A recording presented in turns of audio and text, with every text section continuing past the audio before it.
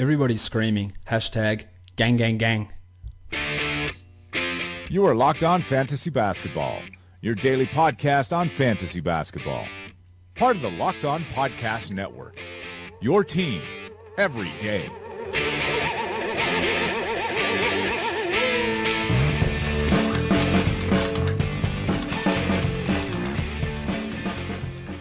Hello and welcome to the Locked On Fantasy Basketball podcast, brought to you by Basketball Monster. My name is Josh Lloyd and I am the lead fantasy analyst at basketballmonster.com, and you can find me on Twitter as always at redrock_bball. Another season recap podcast for you guys today, and we're going to be looking at the San Antonio Spurs. So let's get to it. Let's get to it indeed. Of course, the big story from the San Antonio Spurs season this year was Kawhi Leonard. At the time of recording this podcast, there's been no resolution in this issue. The Spurs are planning apparently to offer Kawhi the 5-year, $220 million supermax contract extension when they can, which is July 1st.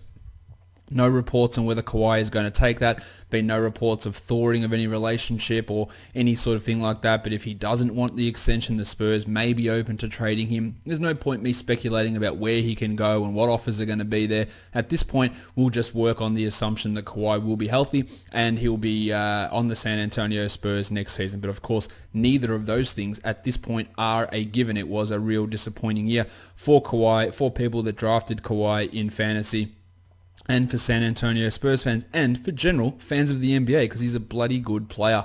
This San Antonio Spurs team did struggle a little bit this season without their best player and one of the best 5 players in the NBA. They finished 47-35 for the 7th best record in the Western Conference.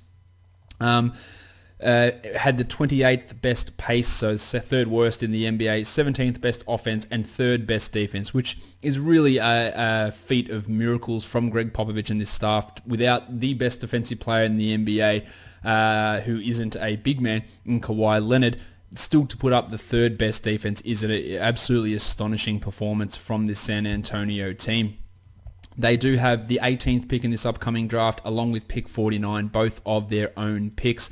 So some opportunity there, maybe at 17. Sorry, not 17. At 18 to get that, or get someone in who might be a rotation-based player. We talk about how good their defense was. They rebounded well. They limited opposition free throws. They got a lot of offensive rebounds as well. They forced turnovers at a decent enough rate. And one of the big keys was just limiting their opponent getting to the line. They blocked a ton of shots as well and didn't allow the opposition to block many shots. Really, really strong defensive performance. Very hard to say too much negative about what San Antonio did on that end. Their offense did sputter without Kawhi, but really a superb effort to get to where they were and just miss out on that 50 wins. Now, things started to drag on this team as the season went on, and it became clear that the Kawhi thing was a distraction to players in the locker room. There was constant leaking of reports from the Spurs side, from Kawhi's side, from the players' side, with Tony Parker opening his big mouth at times. Stuff that was really un-Spurs-like during the season. It did seem to wear on this team as they started losing some games down the stretch, and of course bundled out in 5 games in the first round of the playoffs by the Golden State Warriors.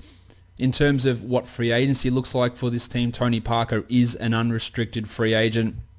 They've got 3 guys with player options. Dan Green has a $10 million player option. Rudy Gay has an $8.8 million player option. And Joffrey Laverne, $1.7 million on his player option, who he could have very well picked that up because he's not guaranteed a contract next season. I imagine Green would opt out, and I think Gay has an opportunity to opt out there as well. They've also got quite a few restricted free agents, the big name there being Kyle Anderson. Davis Bertans is also restricted. Bryn Forbes is restricted. Their two-way guys, Matt Costello and Darren Hilliard, are both restricted free agents this season, while Brandon Paul, who had a decent role at the beginning of the season, but then that faded quite a bit, he has a non-guaranteed deal. So there is some opening up here. Potentially of some cap space. There's no guarantee that Tony Parker returns to this team. We've heard him say that. He'd like to, but it's not a guarantee at this point. He isn't anywhere near it as the level of player that he has been in the past. I don't think that should be really any surprise to any people I don't know. He's not that good anymore, but let's just see what sort of a deal they can come to terms with and whether sentimentality rules out with Tone Parker for this San Antonio Spurs team.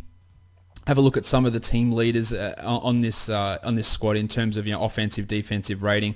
LaMarcus Aldridge had the best offensive rating on the team, while Kawhi in his limited minutes had the best defensive rating. But aside from that, it was DeJounte Murray and Kyle Anderson. And DeJounte Murray was well rewarded with a spot on the second team all-defensive team. He was really, really strong in that area this year. Outside of that, LaMarcus Aldridge led in nearly most categories, best box score plus minus. He didn't have the best box score plus minus. That went to Kawhi and then Kyle Anderson. Best VORP for LaMarcus Aldridge on this team, who did quite a bit in carrying this squad as far as they were able to go. Let's talk LaMarcus now and what sort of a season he did have. 75 games, 33 minutes, averaged 23 and 8.5 to be the 27th ranked player.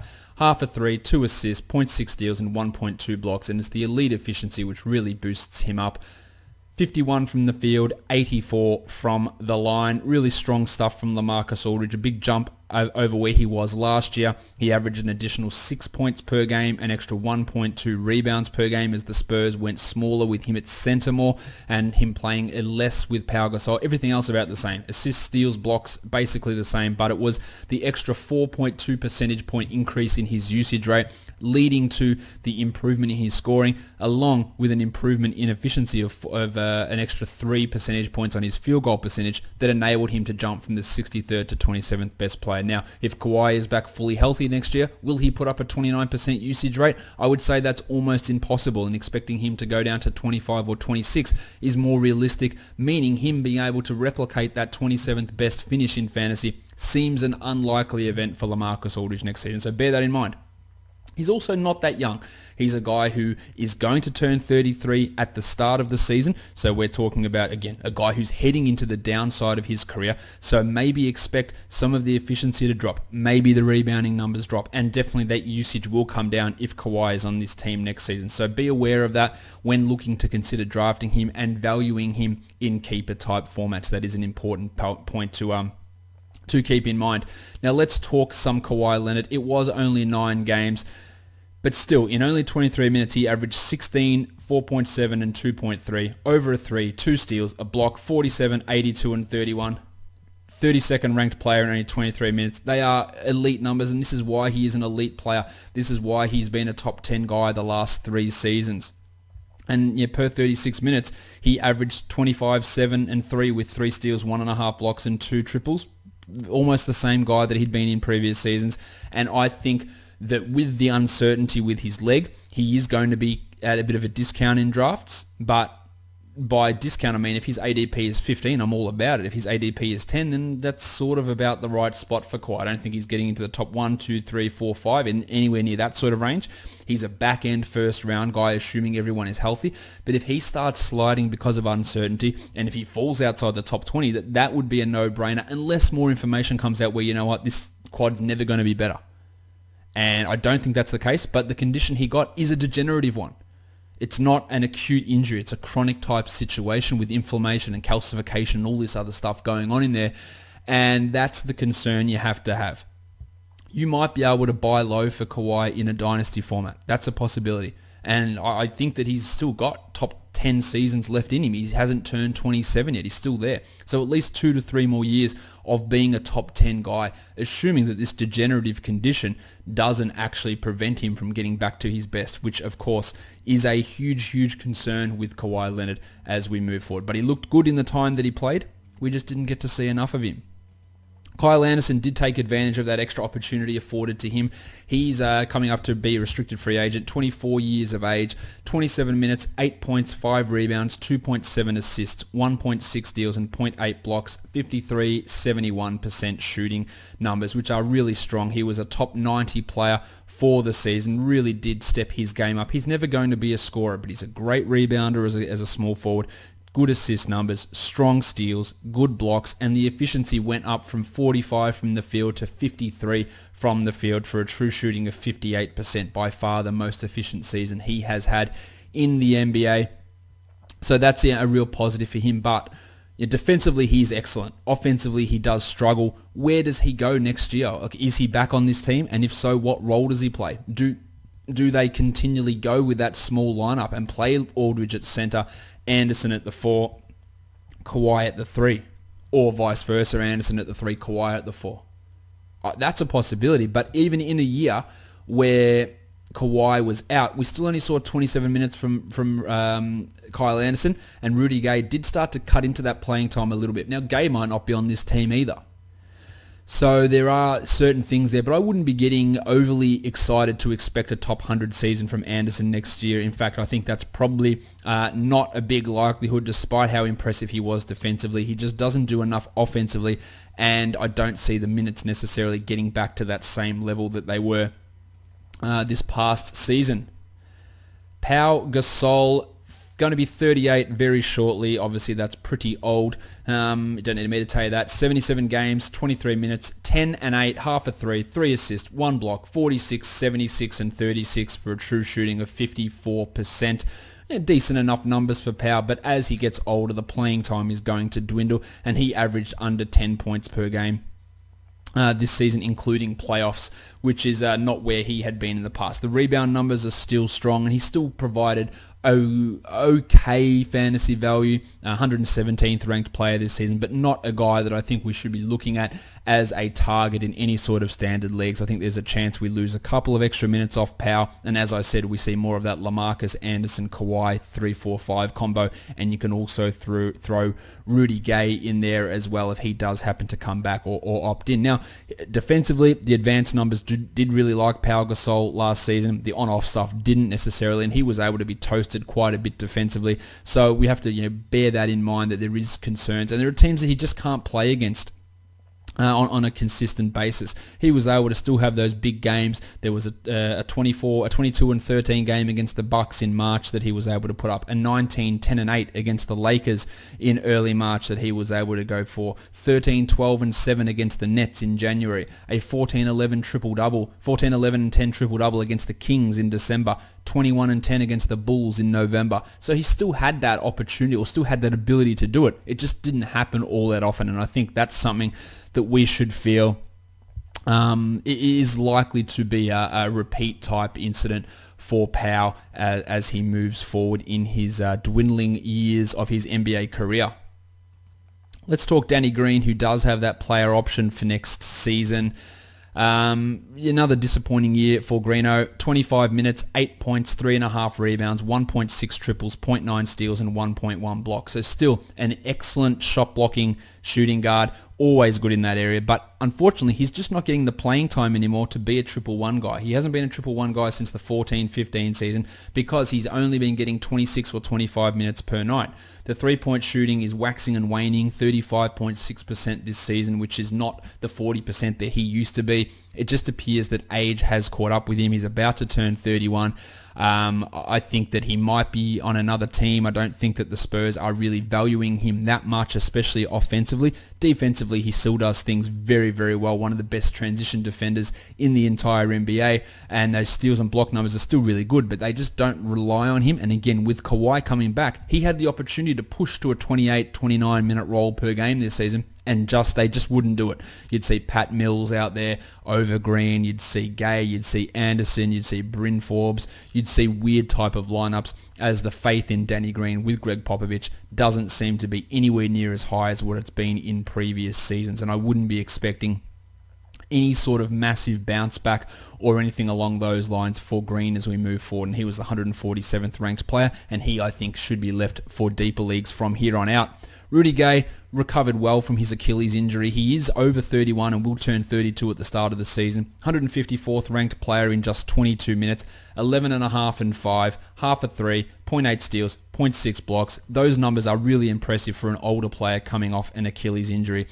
Per 36, he averaged 18.5 and 8 with over a steal, a block, and a 3 on really strong efficiency. And I thought that he looked as good as you could have anticipated. Now, the three-point shooting was terrible. Just 30% shooting on 3 this year after shooting 37% last season. True shooting of just 53%. There were concerns there with Gay. He has, at times, been an excellent fantasy player.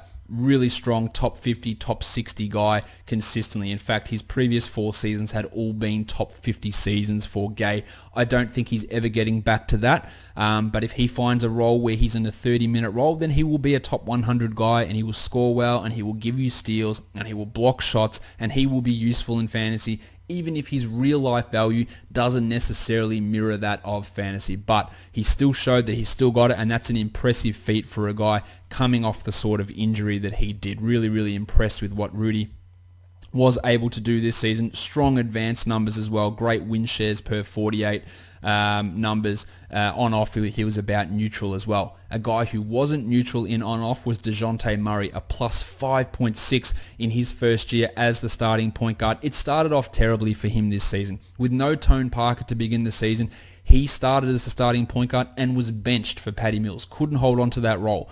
But later in the year, even when Parker was back, Greg Popovich said, you know what, we're going to go back to DeJounte. That happened in the middle of January, and he's stuck as the starting point guard from there on out. He's not your traditional point guard. He's not banging in threes. He's not scoring high rates. In fact, he's not even getting you assists at high rates, but he does many different things and does them well. 8 points per game in his 22 minutes. Almost 6 rebounds in that time, which is obviously really, really strong for a point guard in terms of where that ranks for his position. I'll have a look at cleaning the glass. Defensive rebounding rate, 98th percentile for a point guard, 100th percentile for offensive rebounding as well. So obviously he is really, really strong. The best outside of Russell Westbrook, the best rebounding point guard in the NBA if you so are inclined for those numbers. He also gave you 3 assists in the 21 minutes, 1.2 steals and 0.4 blocks, and was at 45 and 71. But he can't shoot the 3. 27% from 3. That is going to hold him back, and his scoring is a concern. He's not a good scorer. He's not a good shooter. He is below average in all of those areas according to Clean the Glass in all the different shooting categories that you can have. Now, in terms of him as a starter versus as a bench player, he played 26 minutes as a starter and averaged 10, 7, and 3.5. He averaged a bit under 2 steals per game and about half a block per game and shot 45% from the field. The true shooting is still only 49% because he can't hit threes and he does struggle a little bit from the free throw line, but there is room for improvement. He is already an elite defender at his position. He will be locked into the starting point guard for a long while to come. He will get you steals. He will get you rebounds. He will get you okay assists. He will be pretty decent blocking shots for his position as well. In 96th percentile in block shot rate for a point guard, 84th percentile for steal rate. So really helping you in those numbers. The field goal percentage is not a complete write-off, but it's not good. A really unconventional point guard for fantasy, but it can still be useful. Finished 176th ranked this season, which is clearly not that good, but over the last 28 games, he was a top 100 guy in that starting role, 10, 7, and 3, and almost 2 steals, and that's a realistic expectation for next season. What's his upside? Can he get to a 13, 14 point per game scorer? Maybe that's the upper limit. But the rebounding, get you an extra 1 or 2 assists, get you those 2 steals, half to 0.7 blocks per game, and up that efficiency by 2 percentage points, and you're talking about a fairly solid top 80 guy, and give him an extra 2 minutes per game, and then maybe you push into the top 70. And I think that's a realistic type ceiling for DeJounte Murray for next season and for seasons to come. Really, really strong effort from him this year. After a terribly shaky start, but locked in defensively, still had a long way to go offensively, and that will preclude him, I think, from being a star and from being a real impact fantasy guy. But he can be a useful fantasy guy, and you've got to know how to fit that into your team correctly. Pat Mills started down the stretch of the year. Not a great year from Millsy. 82 games, 26 minutes, 10 points, 2 triples, 2 rebounds, 2.8 assists, 41, 89, and 37 as his percentages.